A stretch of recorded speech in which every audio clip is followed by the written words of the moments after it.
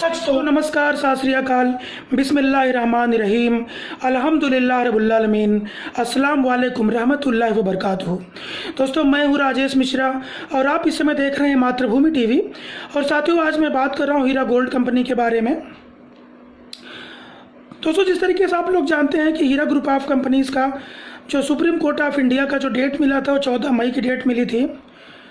और साथियों, मैं आपको बताना चाहता हूं कि लॉकडाउन की वजह से 14 मई को सुप्रीम कोर्ट ऑफ इंडिया में इस केस की सुनवाई नहीं हो सकी है और अभी अगली ऑनलाइन डेट भी नहीं दिखा रही है।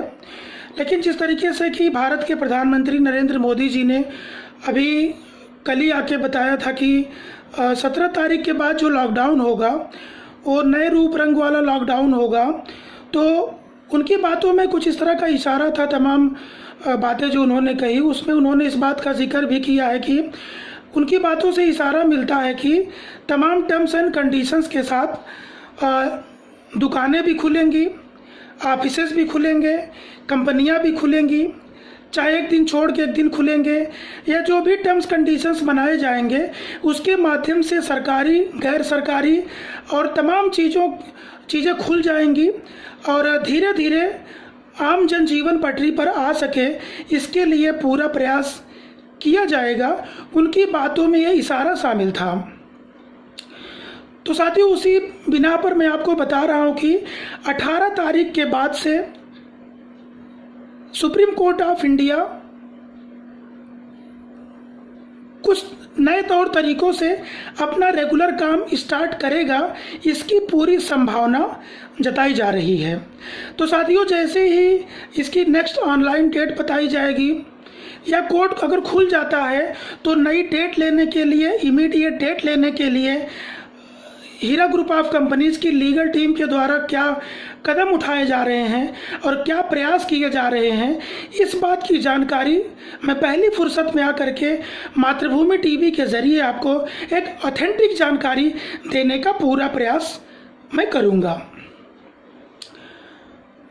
साथ ही दूसरी बात है कि बॉम्बे हाई कोर्ट के अंदर भी पिटीशन डाली गई थी और केस जो है वो रिजेक्ट नहीं हुआ है, डिस्पोज ऑफ हुआ है। जिस तरीके से कि आप honourable supreme court of India के जो हीरा ग्रुप ऑफ कंपनीज के एडवोकेट हैं अवतार सिंह रावत साहब, उन्होंने खुद अपने मुंह से बयान किया है, ये जानकारी दी है कि वो केस डिस्पोज ऑफ हुआ है, केस रिजेक्ट नहीं हुआ है।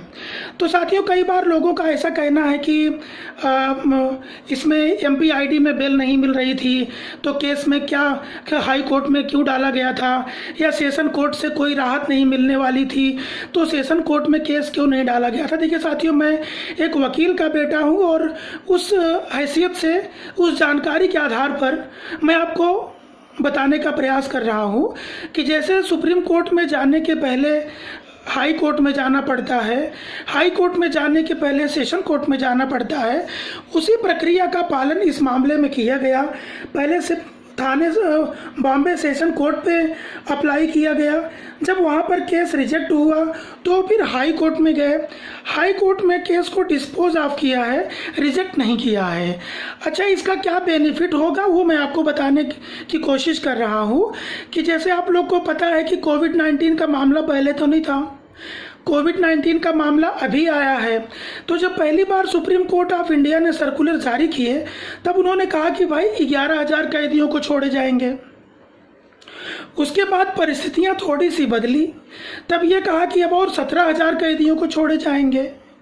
तो साथियों, अगर कोविड-19 का मामला और भयानक अगर होता है तो सुप्रीम कोर्ट ऑफ इंडिया की कोई और नई गाइडलाइन भी आ सकती है।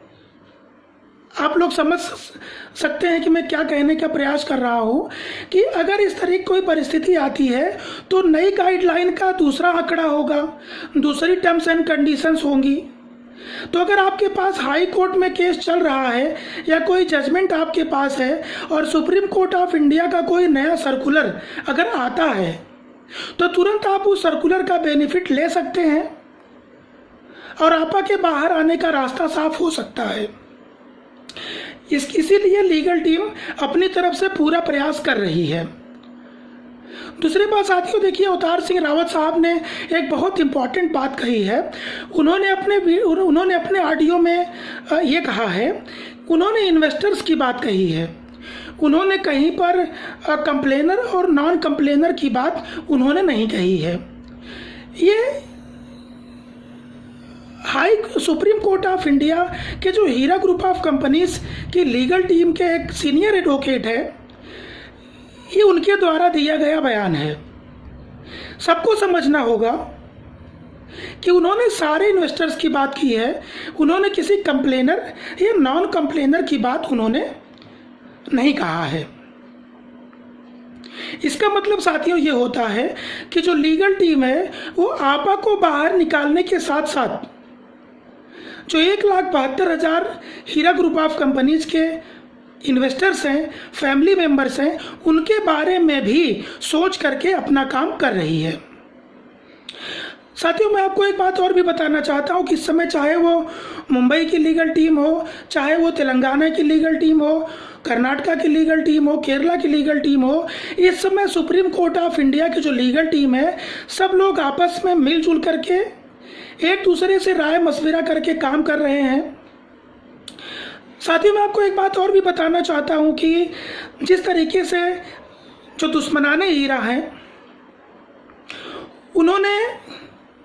वो लोग लीगल के बारे में भी जानकार हैं, कोर्ट कचहरी के भी जानकार हैं, बहुत हाई प्रोफाइल माइंड इस केस में लगाया था।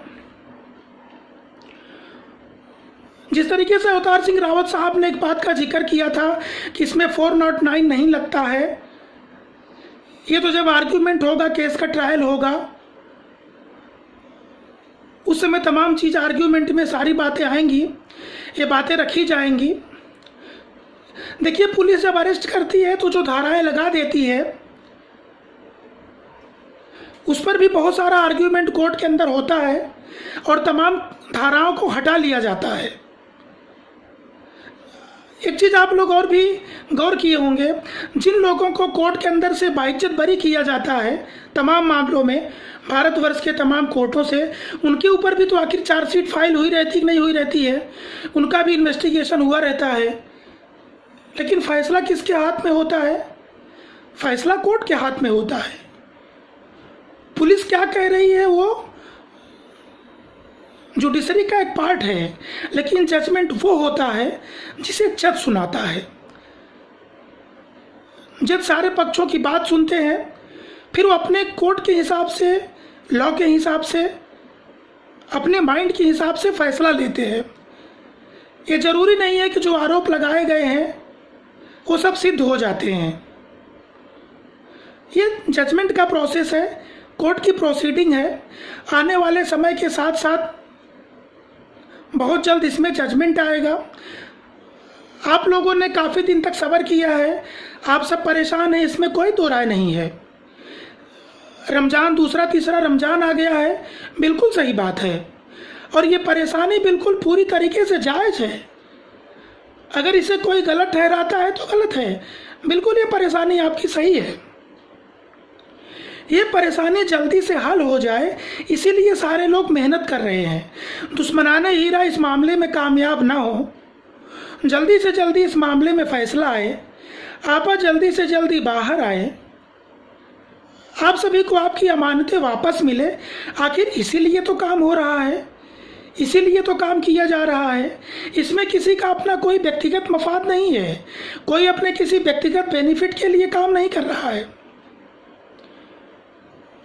मेरा अपना ये मानना है कि आपा को गलत तरीके से फंसाया गया है।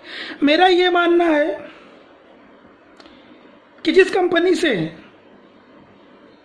लाखों लोगों को रोजगार मिल रहा था, कई वर्षों से बेनिफिट मिल रहा था, 15 साल से ज़्यादा कंपनी काम कर रही है, और आज ऐसी वक्त पर जब वो सिर्फ 16 महीने का समय मांग रही है पैसा देने के लिए, तो ऐसे लोग भी हैं जो 16 महीने का समय भी नहीं देना चाहते। दुश्मनाने हीरा की बात कर रहा हूं मैं। इन्वेस्टर लोगों ने तो सब्र किया, उन्होंने पूरा मौका दिया, सल्यूट करना पड़ेगा आपने मिसाल पेश की है इस मामले में। और अगर कोरोना वाला मामला नहीं होता था कोविड-19 का, तो 2 महीना कोर्ट चलती रहती थी और इस मामले में अब तक फैसला आ चुका होता था। लेकिन कोरोना की महामारी पूरी दुनिया में व्याप्त है और लाखों लोगों ने अपनी जान गंवा दी है। ऐसे में सभी को सफ़र करना पड़ रहा है, सभी को परेशान होना पड़ रहा है। जिस तरीके से अवतार सिंह रावत साहब ने कहा है कि बहुत जल्द से जल्द सुप्रीम, अब आप देखिए उन्होंने एक बात का और जिक्र किया था अपने ऑडियो में। उन्होंने कहा कि देखो 3 तारीख को जब केस 3 फरवरी को सुप्रीम कोर्ट में हियरिंग हुई थी, उसके बाद लोगों को नोटिस दिया गया था, 21 दिन का टाइम दिया गया था जिन लोगों को पार्टी बनाया गया था, तो उसमें इम्प्लीड होने वाला नया काम चालू हो गया, नए तरीके से उसको चैलेंज करने वाला काम हुआ, वरना इस मामले का जजमेंट अब तक आ जाता था। मैं आपको बताना चाहता हूं कि मेरी जो अपने केस स्टडीज़ बताती हैं